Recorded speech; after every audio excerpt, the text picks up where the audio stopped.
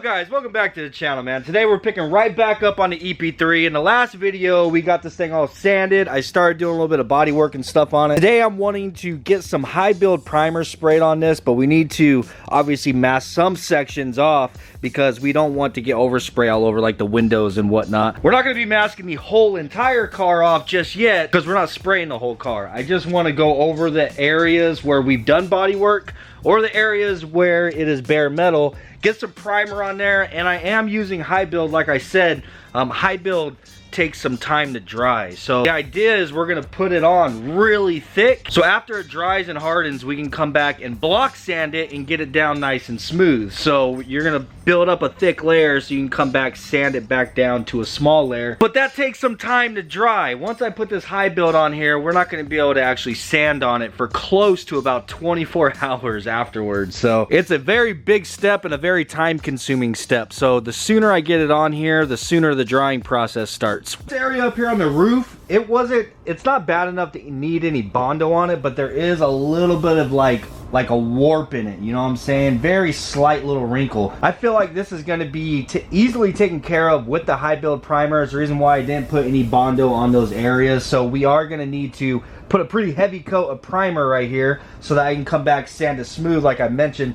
But the window seal, this rubber piece, is in the way. If you guys know, this is actually glued in, so for me to take this out, they would have to basically put a new windshield in order to replace that rubber. So since we are not removing glass on this, it's not just going to be as easy as just take the windshield out and put a new one in later. Need to get this rubber seal out of the way, and how we're going to do that is actually put some tape underneath it.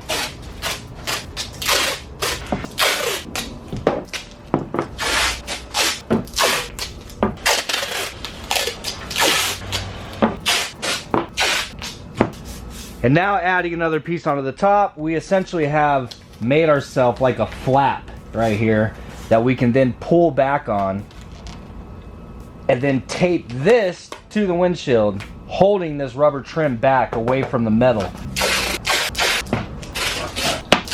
So just like that, dude, now you see that white area where the paint is still remaining? That's where I wasn't capable of sanding before. So now I can come up here and just kind of sand that a little bit more, get it deeper down in there. So whenever we spray, our paint is actually going to get all the way inside of there. And yes, I know you kind of use a lot of tape doing something like this. And whenever, I mean, it's going to sit like this for a long time. Whenever you're done, the rubber is going to be kind of like all screwed up and just kind of sticking up, you know what I'm saying? But whenever it sits in the sun for a little bit, it lays back down, takes its shape back. You might have a little bit of adhesive that you need to remove that the tape will leave behind, but at least you're able to get your paint all the way down inside of there underneath this little rubber seal so that you don't have the problem with the paint flaking and chipping coming up, you know? So anyhow, moving on.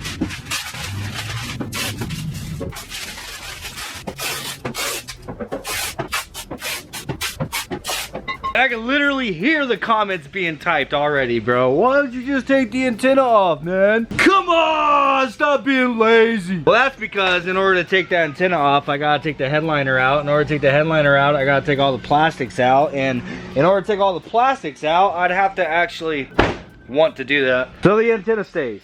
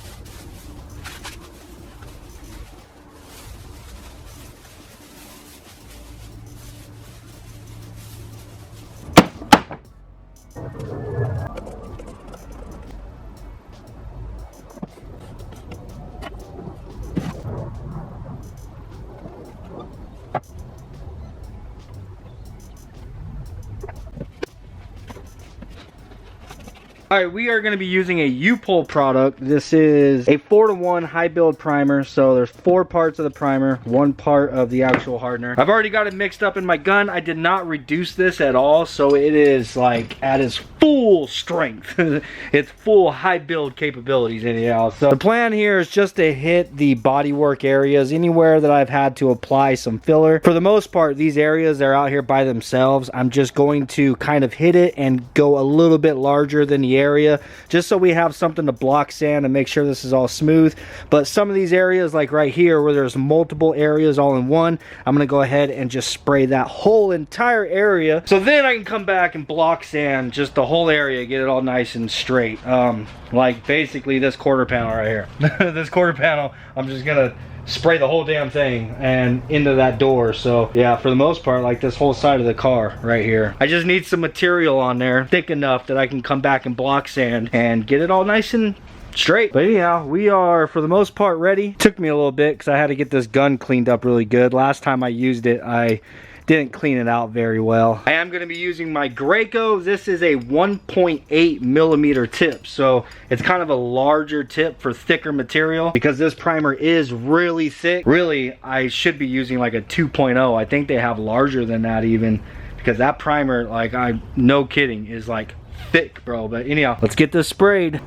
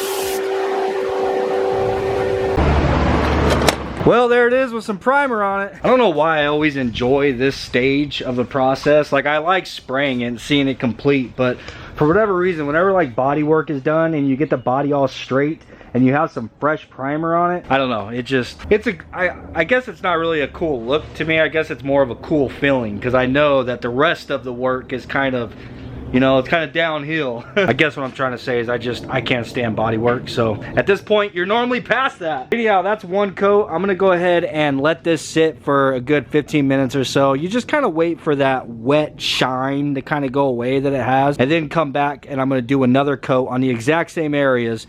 Just basically anywhere where there's already gray, I'm just going to do another coat just to make sure that we have enough material on there, like I've already mentioned, so that we can then block sand and bring it back down. So I really like this stuff, man. Whenever you don't have it reduced, it does spray really slow, so you kind of have to take your time. And that's with a 1.8, bro. If any of you guys know, like if any of you guys spray, you know a 1.8 is a pretty big needle. But yeah, 15 minutes, one more coat.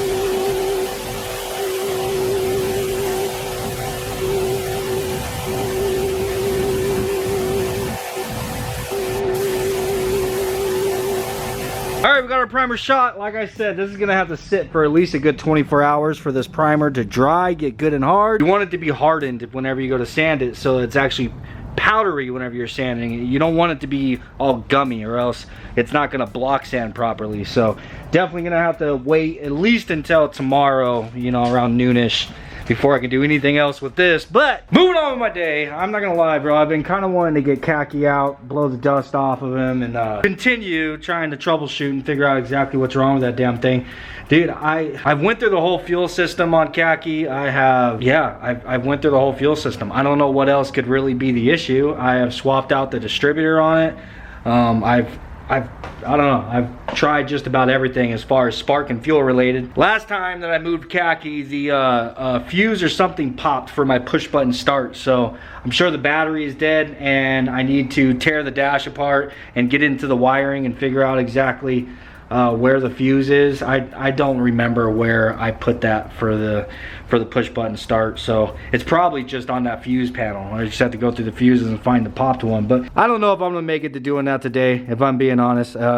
I came out here and dude, my OCD won't allow me to like work in a mess. So this driveway was just completely covered in oil and grease. Braven is torn apart. Well, he's had that CRV up here, he's had that Integra up here, and the driveway is just shot. So I'm like, yeah, I need to get it pressure washed and get it cleaned up before I could do a damn thing out here.